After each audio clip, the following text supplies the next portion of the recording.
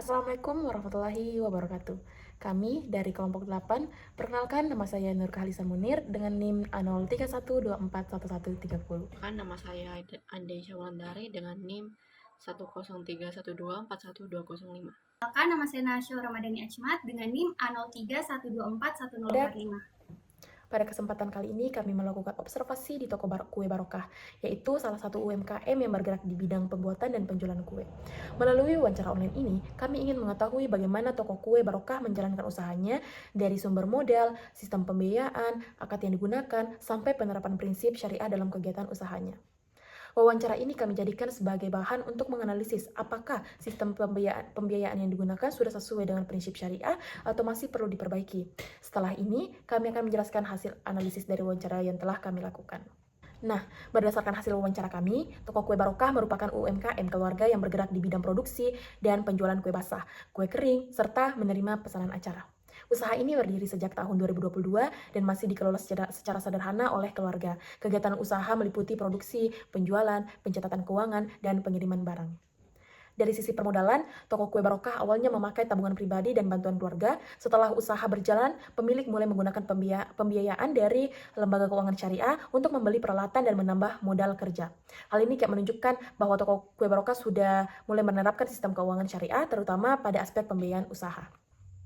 Penerapan prinsip syariah di toko kue Barokah sudah ada, tetapi masih bersifat bertahap. Pemilik menyatakan bahwa usaha mulai berusaha menerapkan prinsip syariah sejak tahun 2024. Fokus utamanya adalah menghindari riba dalam pembiayaan dan menjaga transaksi jual beli agar sesuai dengan nilai Islam.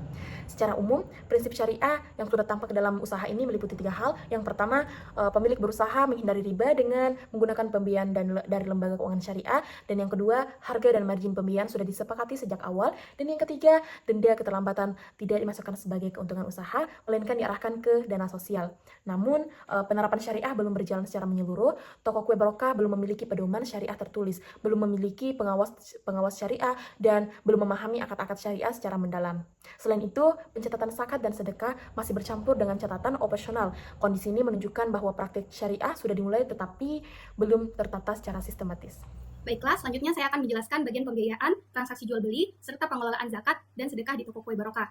Jadi, akad utama yang digunakan oleh toko kue Barokah itu adalah akad murabahah. Akad ini digunakan untuk pembiayaan pembelian peralatan dan sebagai tambahan modal kerja mereka. Dalam akad murabahah sendiri, lembaga keuangan syariah itu menjual barang kepada nasabah dengan harga pokok ditambah dengan margin keuntungan yang sudah disepakati sejak awal.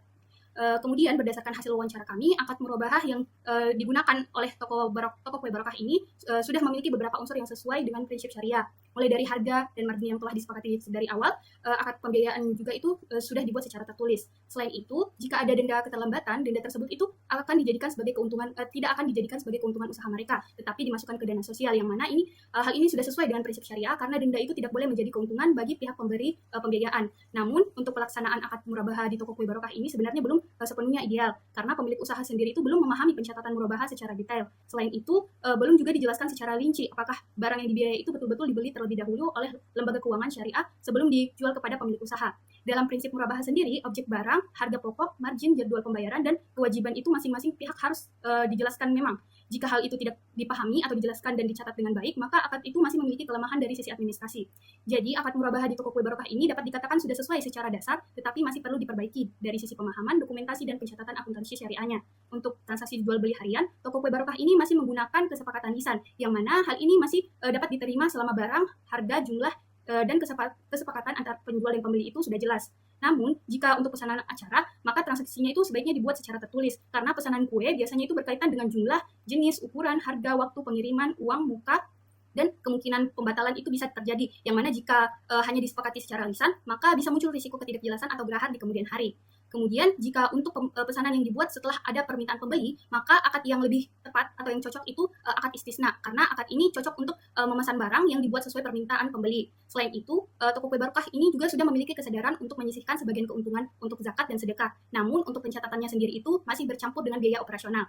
Jadi, kami itu menyarankan agar jika ingin lebih rapi, toko kue Barokah itu sebaiknya membuat pos khusus untuk zakat, infak, dan sedekah sehingga pemilik usaha itu dapat mengetahui keuntungan bersih, biaya operasional, dan dana sosial itu secara lebih jelas dan Selanjutnya rinci. saya akan menjelaskan mengenai kesesuaian penerapan syariah, kendala yang dihadapi, dan rekomendasi perbaikan terhadap pada toko kue barokah.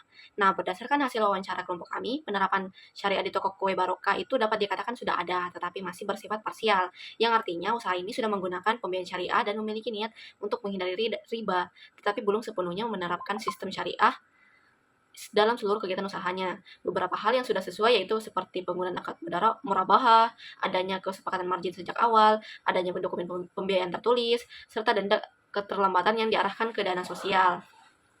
Namun, masih ada beberapa hal yang tentunya belum optimal, seperti pemilik itu belum memahami akad dan akuntansi syariah secara mendalam. Transaksi jual beli dan pesanan juga masih banyak dilakukan secara lisan. Zakat dan sedekah itu juga belum dipisahkan secara jelas dari catatan operasional. Nah, selain itu, toko kue barokah ini belum memiliki pedoman tertulis atau pengawasan syariah.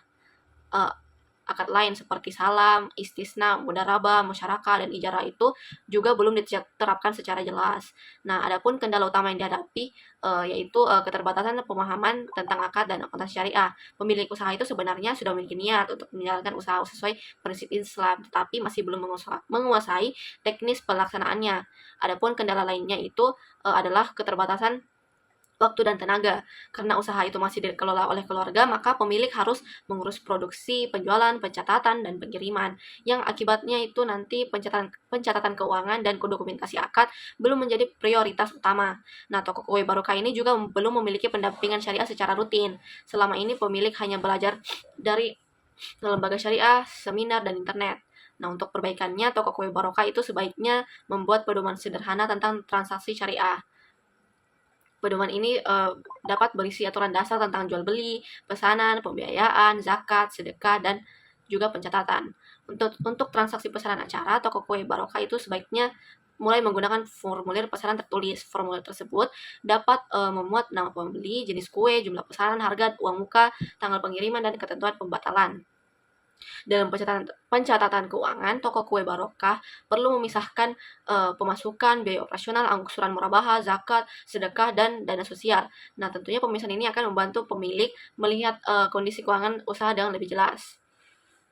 Nah, jadi kesimpulannya, toko kue barokah sudah mulai menerapkan prinsip syariah, terutama dalam menggunakan pembiayaan murabahah. Akad yang digunakan sudah sesuai secara dasar, tetapi masih perlu diperbaiki dalam hal pemahaman, dokumentasi, pencatatan, dan pengelolaan zakat serta sedekah.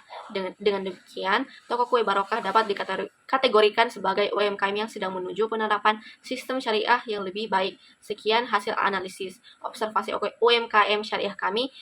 Terima kasih sudah menonton. Wassalamualaikum warahmatullahi wabarakatuh. I just had to let you know you're